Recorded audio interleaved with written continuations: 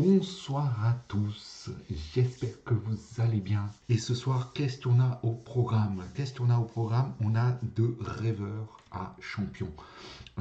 Pourquoi ça? Parce que, en fait, moi j'ai cette vision que ce qui fait la différence entre les plus grands, vous savez, ceux qu'on appelle the GOAT, les greatest of all time, euh, ces personnes, ces champions qui surpassent les autres. Mais pas de manière ponctuelle, plutôt généralement. Ces champions-là sont des personnes qui s'inscrivent dans la durée, qui durent encore plus longtemps que les autres. Et pour moi, leur premier secret, c'est qu'ils sont autorisés à rêver encore plus grand que les autres, en fait. Et ça part de là, en fait.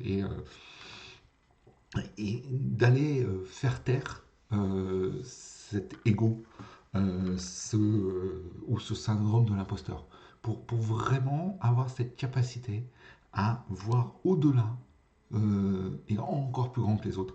Et donc c'est pour ça que ce deuxième building public est vraiment plutôt basé sur cette vision de rêver. Et alors rêver, ça suffit pas, hein. C'est pour ça qu'on est là. Sinon, euh, vous sauriez déjà où vous voulez y arriver si il suffisait de claquer des doigts. Et ça, vous en êtes tous conscients, hein. C'est pas comme ça que ça marche. Et il faut travailler et justement de se projeter dans ce qu'est ça. Alors, ce qui se cache derrière cette session d'aujourd'hui, hein, c'est globalement aller parler des objectifs. Parce que un rêve, ça reste quelque chose dans nos pensées. euh, et ça ne reste tant que on l'a pas matérialisé par des objectifs. Alors l'objectif ici, hein, c'est pas aujourd'hui de vous parler d'objectifs, de vous faire un cours et de revenir sur toute cette notion d'objectif. Mais c'est plutôt de construire avec vous et de vous faire voir, vivre comment moi je travaille cette notion d'objectif pour moi-même et comment je me projette dans l'avenir. Bon, avant tout ça, n'hésitez pas à revenir sur la session de la semaine dernière, hein, la session de la semaine dernière où on a été chercher, j'ai été chercher dans ma saison 2024, non pas comme on le fait assez régulièrement et souvent, ce qui n'a pas marché, ce que je peux améliorer, mais plutôt d'avoir été chercher ce que j'appelle mes stratégies d'excellence, mes stratégies de réussite. Qu'est-ce qui a fait que cette saison a été une réussite? Qu'est-ce que j'ai réussi? Qu'est-ce que j'ai mis en place dans la saison pour réussir? Alors, on verra aussi que je ne suis pas dupe et que je ne suis pas centré exclusivement sur ces questions euh, de qu'est-ce qui est bien, qu'est-ce qui a bien marché. J'ai aussi cette conscience des points améliorés. C'est pas le choix que j'ai voulu faire cette année de me focaliser sur des choses améliorées. Il y a des choses que j'ai identifiées que je vais améliorer. Je pense notamment, et on en reparlera, au suivi médical, au staff et ces choses-là, des petites choses à adapter, mais c'est pas l'objectif. Donc vraiment, c'est m'appuyer là-dessus.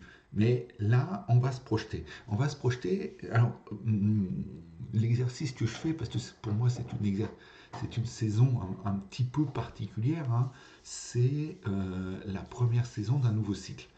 Et du coup, dans ma définition d'objectif, je ne vais pas commencer par voir cette vision de l'année. Par contre, la démarche que je vous propose, hein, de construire là ensemble, vous pouvez la reproduire sur l'année. D'accord? Et donc moi, je vais le faire plutôt sur mon cycle de compétition, comme beaucoup le font actuellement, hein. Actuellement, on l'ont fait durant l'été ou cette phase, ce cycle d'après grande compétition. Après JO, on parle de quadriannuel, d'Olympiade, on parle entre deux Coupes du Monde. Nous, on a des Coupes du Monde tous les 4 ans. Et donc, effectivement, là, je me projette dans cette prochaine Coupe du Monde en 2024. Alors, c'est aussi une Coupe du Monde un petit peu particulière. Pourquoi? Parce que, on va pas se mentir, je pense que ça sera ma dernière Coupe du Monde, au moins sur le terrain en tant qu'arbitre. Et donc, j'ai ce rêve finalement de finir cette carrière internationale sur le meilleur résultat possible. Alors, en plus, cette Coupe du Monde-là, elle est dans un pays euh, qui, moi, me passionne et que j'adore, c'est la Nouvelle-Zélande. Donc là, c'est vraiment, j'ai été posé cette cible, cet objectif, c'est ma direction dans les 4 prochaines années. Tout ce que je vais faire en termes de sport, d'entraînement et de préparation va être axé là-dessus et va contribuer à cet objectif des 4 ans, dans 4 ans. Voilà. Et donc, je pars de cette cible-là. Et je regarde, parce que globalement, quand on veut atteindre un objectif à 4 ans, avec des phases de qualification, il va y avoir des étapes importantes en 2027 et en 2026, parce que on sait déjà que on a des points de passage obligés pour aller chercher la sélection. Donc aller chercher la sélection en tant qu'arbitre à la Coupe du Monde, je dirais c'est comme des tournois de qualification ou des choses comme ça. Donc là, on n'a pas encore les modalités de sélection, mais globalement, on peut commencer à envisager des choses. Donc, si je me base sur l'expérience du passé, hein, des modes de sélection qu'il y avait les années précédentes, il va falloir absolument être performant l'année d'avant, en 2027. Donc déjà, plutôt que d'avoir cet objectif qui est très lointain de 2020, de 2028, on va commencer à découper les grandes étapes. D'accord. Donc, vous entendrez beaucoup parler d'objectifs à long terme, moyen terme et court terme. Donc là, je suis parti de mon objectif long terme et je suis en train de voir les points de passage obligatoires pour être performant et pour y être, en fait, tout simplement y être. Avant d'être performant, il faut déjà avoir pris conscience de ces chemins et de ce que je dois réaliser pour être qualifié. D'accord.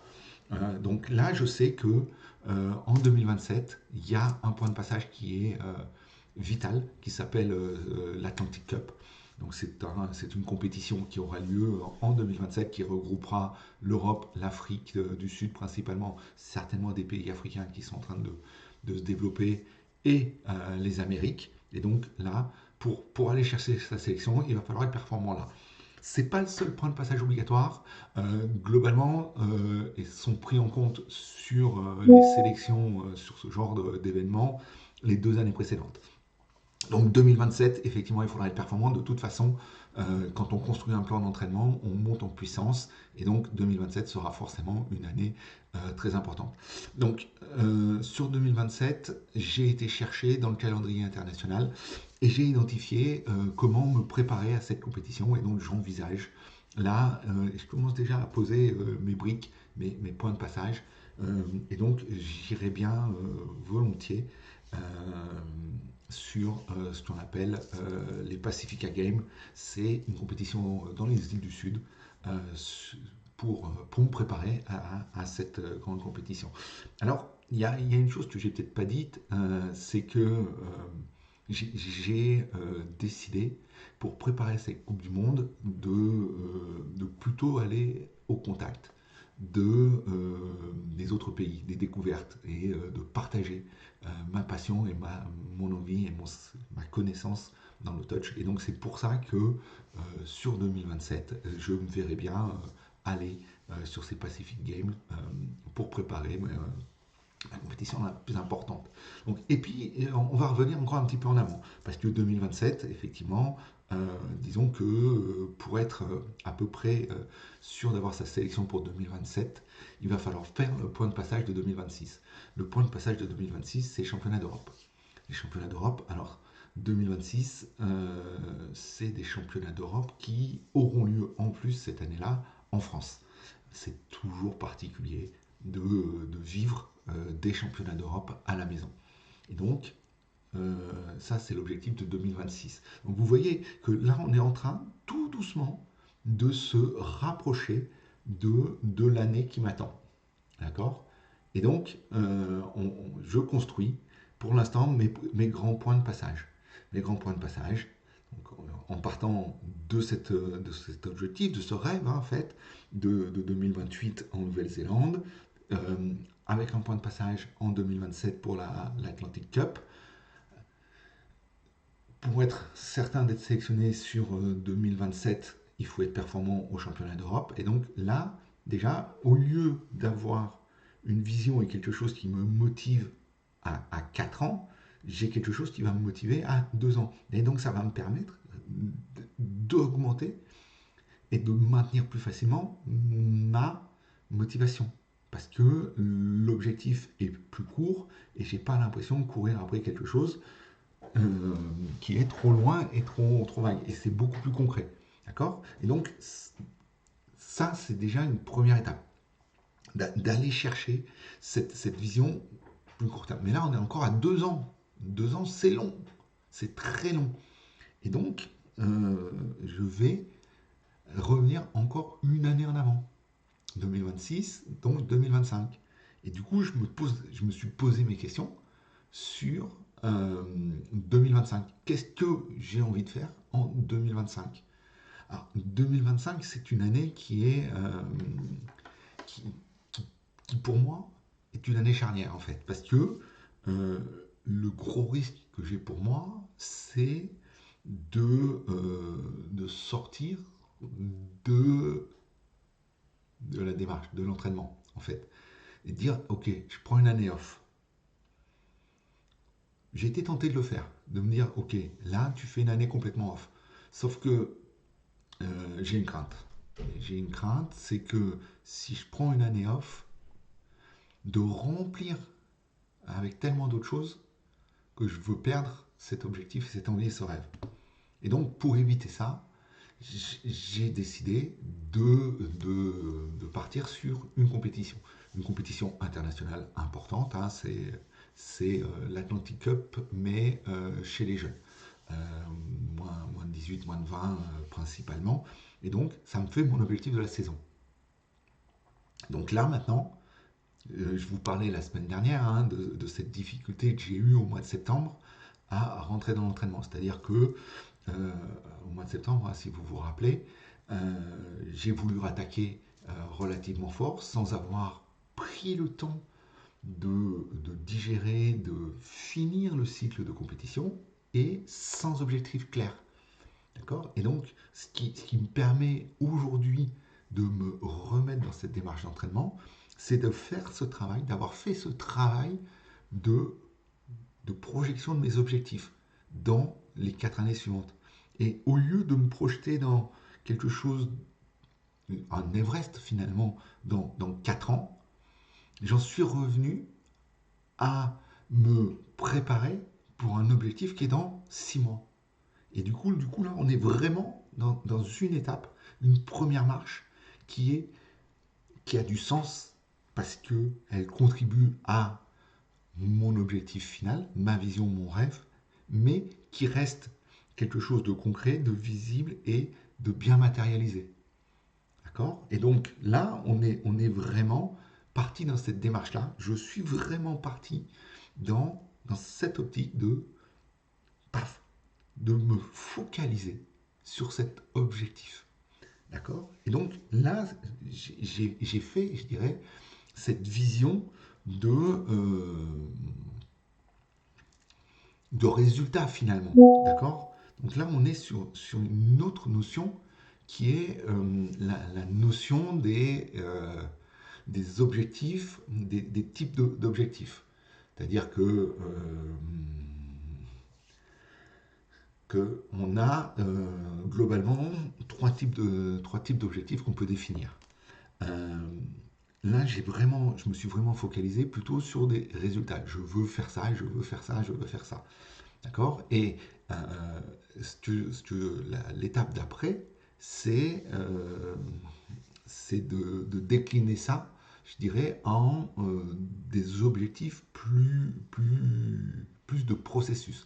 C'est qu'est-ce que je dois mettre en place, quels sont les process que je dois préparer pour arriver à ces résultats-là. L'objectif de résultat, généralement, effectivement, c'est quelque chose qui est plutôt et rarement intégralement sous mon contrôle. C'est-à-dire que, par exemple, je veux être champion de France ou je veux arbitrer telle finale pour mon cas. D'accord. Et simplement, ça ne va pas dépendre uniquement de ma performance. Il y a ma performance qui va jouer une grande part, mais il y a, je vais pas parler pour mon cas particulier, hein, euh, déjà d'autres arbitres. Hein. Je rappelle que sur la dernière Coupe du Monde, on était 200 arbitres pour 40 places. Donc ça fait quand même peu d'élus. Et puis, les personnes qui vont réaliser les classements et l'attribution des finales, eh ben, c'est des humains. Et même s'il y en a 10, 12 ou 15, ça reste quelque chose de subjectif et euh, ça peut influencer. Alors, si on se projette vraiment, il y a beaucoup de choses qui influencent. Il y a aussi quel match je vais arbitrer, avec quels autres arbitres, les binômes, les trinômes, avec qui est-ce que j'ai mes habitudes ou pas. Mais ça je ne le maîtrise pas. Ce que j'ai à maîtriser, c'est ma propre performance. C'est qu'est-ce que je mets en place pour réaliser la meilleure Coupe du Monde possible afin que le résultat soit à la hauteur de mon investissement. Et c'est là que c'est important de venir travailler sur cette définition de l'objectif. Ok, donc là, Sylvain, en 2028, c'est quoi ton objectif? Est-ce que c'est d'être présent? Et auquel cas, le jour où tu as ta sélection, c'est fini, euh, ça marche? Ou est-ce que tu as une autre ambition sur cette Coupe du Monde? Je vais être clair, moi, mon ambition, c'est d'aller chercher cette grande finale. C'est d'aller chercher cette grande finale dans une Coupe du Monde. Je l'ai raté l'année dernière. Euh, et ben, cette ambition, je l'ai encore, et c'est pour ça que je continue et que je veux aller chercher ça. Et tout ce que je vais mettre en place dans ma pratique sportive sera tourné et orienté pour ça, pour que le jour J, le premier jour de cette compétition-là, au premier coup de sifflet, je sois au meilleur de moi-même pour réaliser tout ce que je peux mettre en place et réussir cet objectif-là. Donc, on est sur cette typologie d'objectifs, d'accord. Donc, on a vu l'objectif de résultat où on était dépendant finalement, ou souvent on était dépendant de la concurrence, hein, pour être clair. On peut avoir des objectifs de performance. Des objectifs de performance, c'est... alors, effectivement, chez nous, c'est un peu... Dans l'arbitrage, pour moi, c'est compliqué. Mais prenons un exemple d'un coureur sur un 10 km ou sur un marathon. Euh, donc, si on prend cet exemple-là, hein, un objectif de résultat, c'est je veux faire dans les 10 premiers. Voilà. Je vais faire dans les 10 premiers.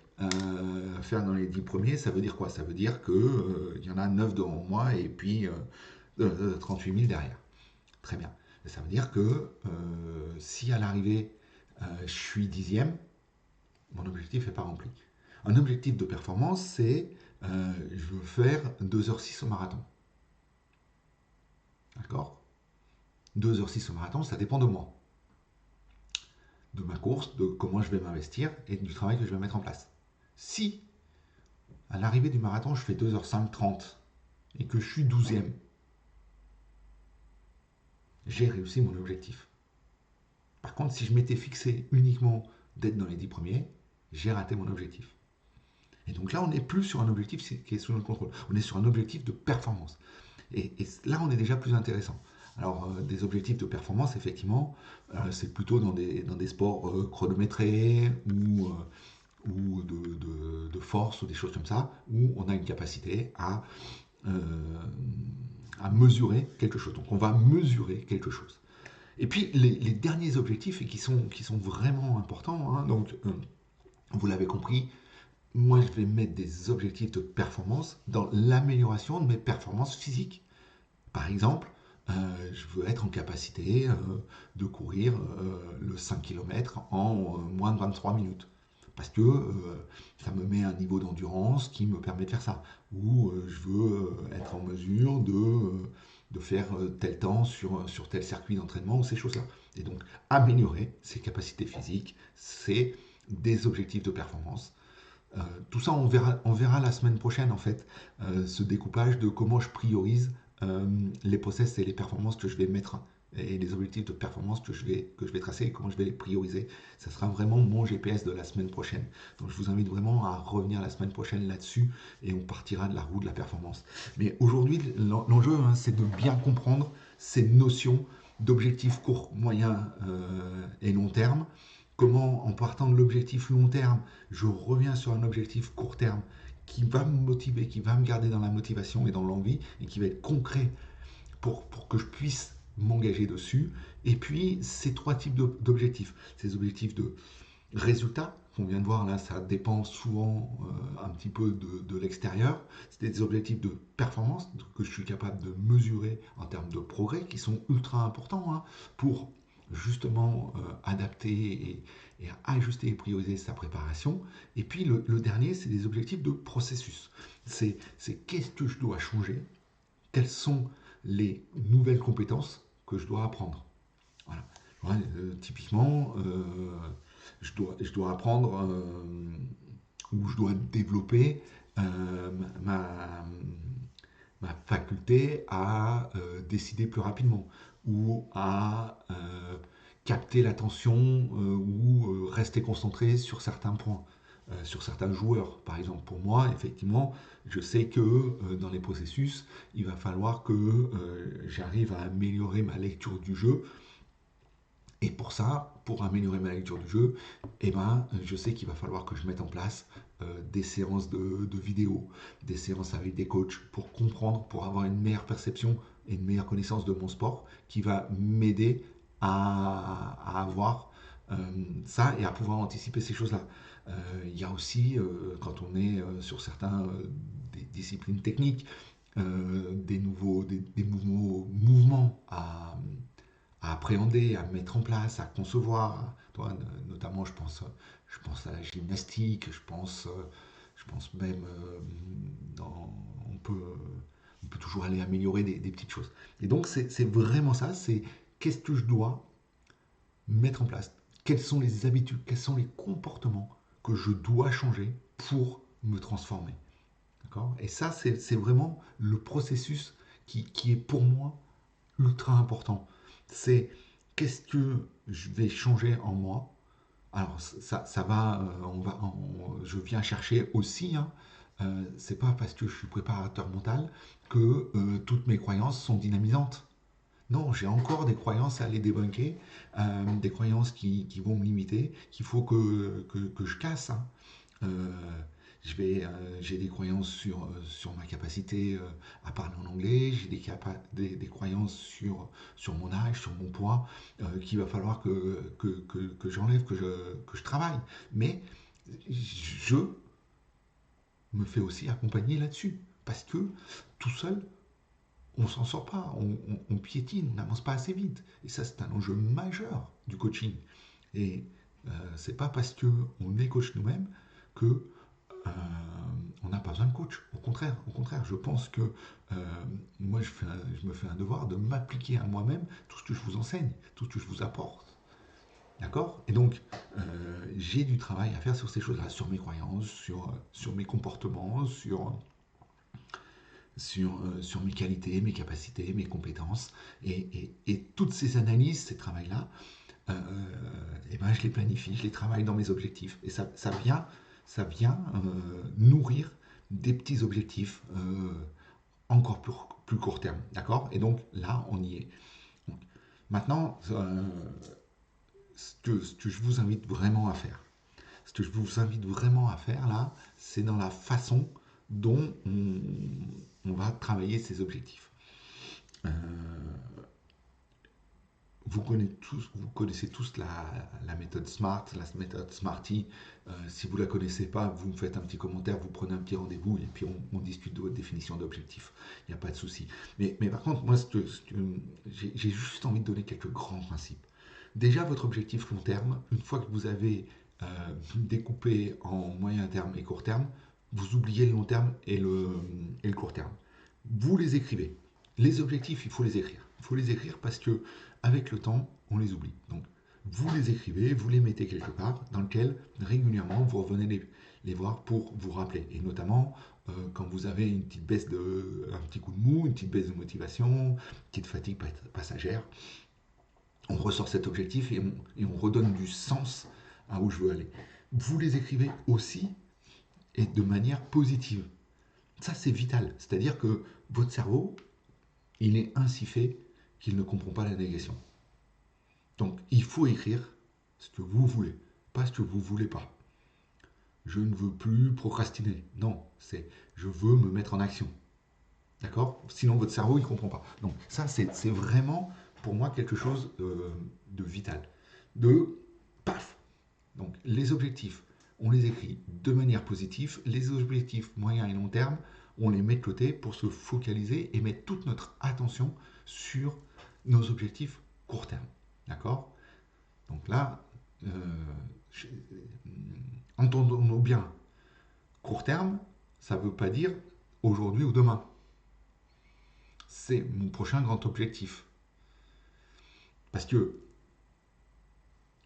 je suis arrivé à mon objectif de la saison, mais c'est pas ce qui va me motiver demain matin. Ce qui va me motiver demain matin, c'est l'objectif que j'ai dans mon cycle d'entraînement là. Et après, je le redécoupe, d'accord? C'est pour ça que la semaine prochaine, on parle de mon GPS 2025. Parce que je vais, à partir de cet objectif court terme 2025, revenir encore le redécomposer. Hein, parce que on est dans des cycles qui s'enchaînent. C'est-à-dire que mon cycle de 4 ans, mon moyen terme c'est 2026-2027, mon court terme c'est 2025. Mais dans mon objectif court terme, je vais le redécouper parce que c'est beaucoup trop loin. Je vais aller le découper au trimestre. C'est-à-dire qu'avec un objectif à fin juillet, je vais avoir un objectif à mai et je vais avoir un objectif à février. D'accord? Et ça, c'est du redécoupage. Et après, mon objectif de février, hop, je le redécoupe. Mais c'est ce que vous voyez et qu'on a naturellement dans nos plans d'entraînement, avec nos macrocycles et nos microcycles. C'est exactement pareil. Nos plans d'entraînement, ce n'est ni plus ni moins que la projection d'objectifs. C'est un processus, c'est un process qui va nous permettre d'atteindre notre objectif. Et ils sont redécoupés. Et globalement, au début de l'année, votre entraîneur, il arrive, il vous donne le roadbook. Il vous donne, ben voilà, cette saison, on va faire tout ça. Mais vous, ce qui vous intéresse, c'est pas ce que vous allez faire au 15 juillet. C'est ce que vous allez faire cette semaine, au 15 janvier. Et donc, c'est pour ça que c'est important de, de se refixer ces objectifs de la semaine, du jour. Et ça marche pareil, c'est pour votre vie. Votre vie personnelle, c'est pareil. Combien de personnes se posent le dimanche soir ou le lundi matin pour dire, bon, ben alors, cette semaine, qu'est-ce que seront mes objectifs? Et du coup, de mes objectifs découlent mes priorités, et de mes priorités découlent mes actions et ce que je mets en place. N'oubliez pas que vos résultats sont les conséquences des actions que vous mettez en place et des comportements. Donc c'est pas compliqué d'avoir des résultats. Il faut passer à l'action. Après, tout l'enjeu de travailler aussi avec des coachs, c'est de se mettre en action, de mettre en place les bonnes actions et les bons comportements pour atteindre son objectif. Et c'est là que moi j'interviens et que je travaille beaucoup avec les gens en fait. C'est devenir la personne, incarner la personne qui réussit ses objectifs. Et qui dois-je devenir? Quelle transformation je dois réussir pour gagner? Voilà, c'est parti un peu dans tous les sens, je sais. En tout cas, vous avez compris que moi, je suis parti de mon rêve, qui est cette finale en Coupe du Monde. Ça, je ne le lâche pas. Ça fait 2 Coupes du Monde que je l'ai, c'est pas grave, je le continue parce que je sais que je peux y arriver. Et donc, j'y vais et je vais le rejoindre, ce rêve d'arbitrer cette finale à la Coupe du Monde en 2028. Pour ça, j'ai marqué le terrain. J'ai marqué le terrain avec des étapes en 2027, en 2026 et en 2025. Et je vais, et ça sera l'objet vraiment de la semaine prochaine, travailler ce plan pour être au rendez-vous de mon objectif court terme de 2025. D'accord? Donc là, on est sur cette partie-là. Et puis, on a parlé de cette transformation que je dois mener. C'est-à-dire que au-delà de ces objectifs, on a parlé des processus que je dois changer, mes comportements, mes croyances, qui vont me permettre d'arriver à devenir la personne qui réussit ses objectifs. D'accord? Et ça, cette transformation-là, moi, c'est ce que je vous propose. C'est ce que je vous propose de faire sur le stage du 8 et 9 février de 2025. C'est à Paris. C'est un stage de préparation mentale.